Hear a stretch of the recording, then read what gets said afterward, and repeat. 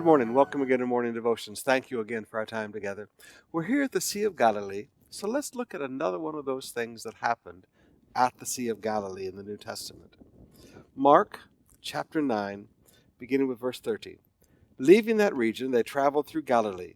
Jesus didn't want anyone to know he was there, for he wanted to spend time with his disciples and teach them. Now, sometimes as a leader, you have to walk in anonymity. Let me say that again. Sometimes as a leader with wisdom knows you need to walk in anonymity. Because in anonymity, you can focus on the leadership that is around you and not focus on the massa, not focus on all of the crowds of people. Sometimes you just have to spend time developing the next generation of leadership. And in order to develop that next generation of leadership, sometimes you need to have some anonymity so that the crowds don't come. Because Jesus wouldn't push anybody away. And neither would any good leader today. No good leader would ever push people away that came to be prayed for, came to help. So if you're not going to push people away, as a wise leader, sometimes you have to walk in anonymity. But then he continues.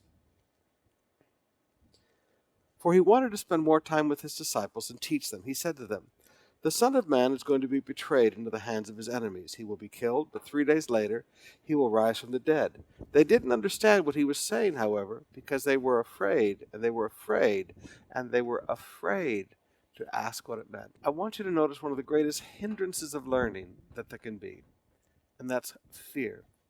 Now, the Bible says perfect love casts out all fear. Not someone's love for us, but our love for them.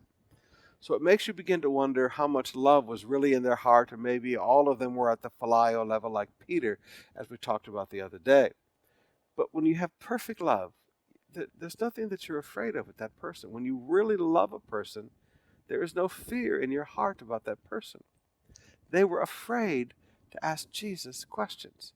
Now that problem was not with Jesus, that problem was in their own hearts. I want to challenge you today.